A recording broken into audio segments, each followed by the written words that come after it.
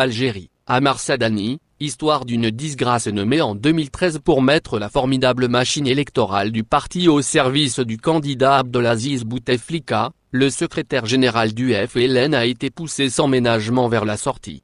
Heure et malheur d'un cacique au verbe trop haut.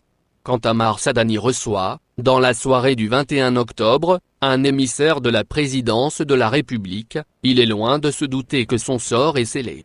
Bien sûr, le secrétaire général du FLN sait que son étoile a pâli au palais d'El Mouradia en raison de ses déclarations intempestives contre de hauts responsables civils et militaires, et que ses détracteurs ne rateraient aucune occasion pour obtenir sa destitution. De même n'est-il pas sans ignorer que ses longs séjours à l'étranger, notamment en France, où il possède un appartement parisien dans le quartier chic de Neuilly, région parisienne, font l'objet d'une attention particulière des services algériens. Départ forcé mais l'homme a le cuir tanné. Depuis son élection controversée à la tête du FLN le 29 août 2013, il a survécu à bien des tempêtes, alors qu'on l'a dit plus d'une fois fini. Mais ce soir-là l'émissaire de la présidence n'est pas venu négocier mais lui annoncer une décision irrévocable. Vous présenterez demain votre démission, lui dit-il en substance. Votre successeur sera Djamel Ould Dabez. Sous le choc, Sadani tente d'obtenir un sursis, jusqu'aux législatives d'avril 2017. Refus catégorique. Ce sont les ordres du président, réplique l'émissaire. Ce dernier laisse le soin à son interlocuteur de décider de quelle manière il annoncera son départ. Une dernière faveur pour éviter l'humiliation d'un limogeage. Le lendemain, 22 octobre, à l'hôtel El Horaci, où se tient une réunion du comité central du FLN, rares sont ceux qui sont dans la confidence. Même les ministres présents ignorent tout du sort réservé au secrétaire général. Après un laïus sur la modernisation du parti, sur son soutien au programme du chef de l'État ou encore sur la stabilité du pays, Sadani annonce sa démission pour raison de santé. Son successeur, Djamel Ould Dabez, 82 ans, ancien ministre et sénateur du tiers présidentiel, est aussitôt plébiscité. Clap de fin. Sans gloire, Sadani, 66 ans, est poussé vers la sortie après un 126 jours passés à la tête du FLN. On lui prédit un poste d'ambassadeur dans un pays du Golfe. Pas si mal comme reconversion pour un homme qui a réussi l'exploit de fédérer ses ennemis contre lui. Mais pour comprendre la chute de Sadani, il faut remonter à son premier bannissement. Précédant la disgrâce, il l'avait en effet déjà connu à l'été 2007. Porté à la présidence de l'Assemblée nationale en 2004, cet ancien chef d'une station-service à El Oued, extrême et, avait à ce point multiplié les écarts et éveillé les soupçons sur des enrichissements supposés illicites qu'il avait fini par désespérer le président. Lors d'une brève entrevue avec celui-ci, Sadani se plaint de n'avoir pas été reçu plus tôt. Réponse cinglante de Bouteflika, on m'a fait parvenir tes messages, mais je ne voulais pas te voir. Au cours d'une réception officielle organisée à Alger peu de temps avant les législatives de mai 2007, Bouteflika le cloue une seconde fois au pilori. Il est vrai que je me suis trompé dans ma vie, mais tu dois savoir que ma plus grosse erreur, c'est toi. Et lorsque le chef du FLN, à l'époque Abdelaziz Belkadem, lui tend la liste des candidats à la députation, le président commence par la circonscription d'El Oued, la ville où Sadani avait été élu député en 2002. D'un trait de plume, il biffe son nom. Sa traversée du désert durera 7 ans. Une nomination qui dérange Bouteflika sachant parfois se montrer magnanime avec ceux qu'il frappe d'excommunication, la roue tourne en août 2013. De retour de France après une longue hospitalisation pour soigner l'AVC dont il a été victime 4 mois plus tôt, le président veut effectuer un 4e mandat. Le soutien du FLN lui est indispensable. Pour piloter cette formidable machine électorale, il fait appel à Sadani. Alors patron des services, le général Mohamed Medienne, dit Toufik, voit d'un mauvais œil le retour du proscrit. Le clan présidentiel passe outre et l'impose. La désignation de Sadani était le souhait du chef de l'État, confie un ponte du parti. Elle obéissait à une stratégie bien définie.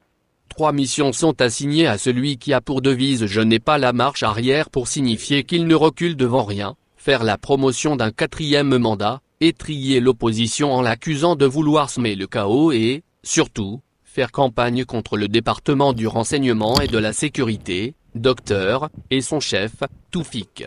Pourtant fidèle à Bouteflika, le général en prend pour son grade. Complot contre le président, fabrication de faux dossiers de corruption impliquant des proches du chef de l'État, complicité indirecte dans les massacres des années 1990, négligence en matière de sûreté de l'État, emprisonnement de milliers de cadres, Toufik et les services sont éreintés par Sadani des semaines durant. La présidence laisse faire. Les attaques lancées par le chef du FLN auraient même été inspirées par le premier cercle d'El Mouradia. Une position stratégique. Bouteflika est réélu en avril 2014, Toufik, limogé en septembre 2015, et le docteur, dissous en janvier 2016. Mission accomplie? Oui, sauf que, chemin faisant, le chef du FLN est devenu une personnalité aussi incontournable que redoutée. Porte-parole autoproclamé de la présidence, ce grognard qu'on surnomme Drabki percussionniste, en raison de ses prétendus talents musicaux fait le ménage au FLN. Il place ses hommes dans tous les rouages du parti, lequel compte 220 députés et 40 sénateurs. Patiemment, il noue de solides amitiés avec le successeur de Toufik, Atman Tartag, avec le Premier ministre, Abdelmalek Sehal, ou encore avec le patron de l'armée, Ahmed Gaïd Salah. Il est tellement puissant qu'il prophétise, avec une certaine justesse, les remaniements ministériels et l'agenda présidentiel. Sadani devient une pièce maîtresse du pouvoir. Pourquoi alors l'avoir démis, d'autant qu'il s'était parfaitement acquitté des tâches qui lui avaient été assignées. Sa mission était finie dès lors que le général Toufik avait été limogé et le docteur, dissous, explique un député du FLN. Sadani a perdu la connexion avec le clan présidentiel depuis presque une année, avance un initié du Sérail. Saïd Bouteflika, conseiller spécial du chef de l'État, ne le prenait plus au téléphone, et ce dernier ne pouvait plus le voir en peinture. Il était obligé de passer par des intermédiaires pour atteindre le président ou son frère. Sa disgrâce avait été actée dès le début de l'été, mais on a temporisé, plusieurs scénarios ayant été envisagés. Le maintenir tout en lui retirant la préparation des législatives, mettre sur pied une direction collégiale ou le limoger et installer un intérimaire en attendant la convocation d'un congrès extraordinaire. Le fait que la décision de son éviction ait été prise précipitamment laisse à penser qu'il a franchi des lignes jaunes. Mais on ne saura sans doute pas de sitôt lesquelles, si tant est que ce soit le cas. En revanche, Sadani a multiplié fautes et maladresses au point de n'avoir plus sa place au sein du cercle présidentiel. Clan dans le clan. En mars 2015, par exemple, il ose briser l'union sacrée autour de la question du Sahara occidental en affirmant que son avis sur ce dossier ne correspond pas forcément à la position officielle de l'Algérie. Tollé dans la classe politique. Bouteflika est obligé de recevoir le chef du Polisario à Alger pour réparer la bourde. Sadani s'est peu à peu affranchi de la tutelle présidentielle en se rapprochant progressivement de Gaïd Salah, décrypte un ancien ministre, puis en nouant des alliances avec des hommes d'affaires qu'il a placés à des postes clés dans le parti et à l'Assemblée. Il a même réussi à faire écarter Tahar Kawa, ministre délégué chargé des relations avec le Parlement, pourtant proche de Saïd Bouteflika. Sadani a mis en place une sorte de clan dans le clan. Et vampirisé le FLN. La succession de Bouteflika fait plus que jamais débat. Le parti risquait-il d'échapper à El Mouradia? Je connais l'axe Oued, Annaba, dira Bouteflika à l'un de ses visiteurs au printemps 2014. Cet axe rassemble les cadres FLN proches de Sadani, ses hommes d'affaires, qui ont pénétré les rouages du pouvoir, et, enfin, Gaïd Salah. Bien que ce dernier ait juré fidélité au président, son ambition n'est un secret pour personne. On le soupçonne même de se voir comme une sorte de maréchal Sissi au cas où le chef de l'État viendrait à disparaître. On suppute son éventuelle disgrâce. À 2 ans et demi de la présidentielle de 2019, la succession de Bouteflika fait plus que jamais débat. D'où la nécessité de reprendre le contrôle du FLN. Qui mieux que Djamel Ould Dabès pour faire le job? Il était l'œil de Moscou dans le bureau de Sadani, note un parlementaire du parti. Il faisait le chaperon pour le compte de la présidence. Ancien maquisard, encarté au FLN depuis l'indépendance, député entre 1982 et 1992, membre du Conseil national de la transition, CNT, dont les années 1990, ce père de 5 enfants a traversé tous les gouvernements sans encombre.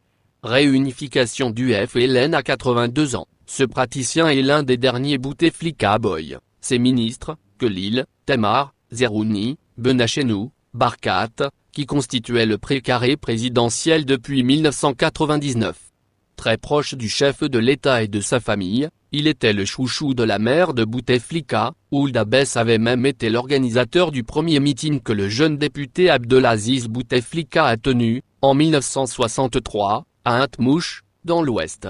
Bouteflika est le seul à m'avoir accordé un poste de ministre, alors que je fais partie du système depuis 1962, confie l'intéressé à l'un de ses amis. Il assumera en effet 2 portefeuilles ministériels, la solidarité nationale et la santé, pendant 12 ans. L'astobunoliste, Jamal Ould Abbès est originaire de Tlemcen, comme de nombreux hauts responsables. La principale mission du nouveau secrétaire général du FLN ? Faire taire les contestations et réunifier les rangs en vue des législatives de 2017. Dès son intronisation, Ould Abbès a ainsi pris langue avec les dissidents, les bannis et les déçus de Sadani. C'est un vrai apparatchik qui connaît la maison depuis plusieurs décennies, juge l'une de ses connaissances. Chacun sait qu'il a la confiance du président et qu'il n'a aucune ambition, ni d'autres connexions en dehors de la famille Bouteflika. Il va donc veiller à garder le FLN dans le giron du cercle présidentiel. Et mettre la machine du parti au service exclusif de Bouteflika. D'ailleurs, Ould Abbès n'a pas tardé à donner le ton. Le FLN soutient le président Bouteflika pour briguer un 5e mandat. Ammar Sadani avait été appelé pour le 4e mandat. Son successeur a été nommé pour le 5e.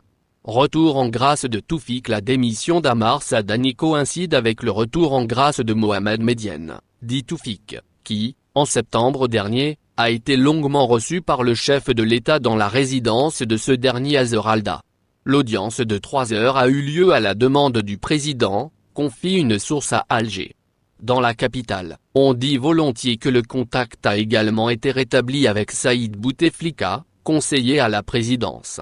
C'est la première fois que Medienne et Bouteflika, qui se connaissent bien, se retrouvent depuis la mise à la retraite brutale de l'ex-chef des services, en septembre 2015.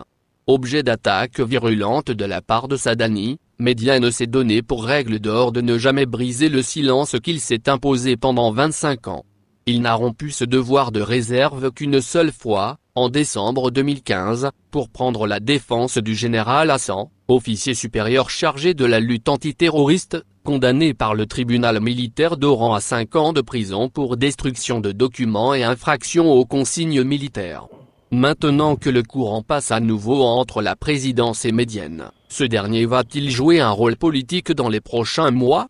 Il est trop tôt pour le dire. En privé, l'ex-patron du docteur estime qu'il faut régler la crise au sein du parti plutôt que d'évoquer les soucis de santé du chef de l'État. Le problème, c'est le FLN, confie-t-il à ses visiteurs. Même s'il a quitté les affaires depuis 1 an, Toufik demeure l'un des meilleurs connaisseurs d'un système qu'il a largement contribué à façonner.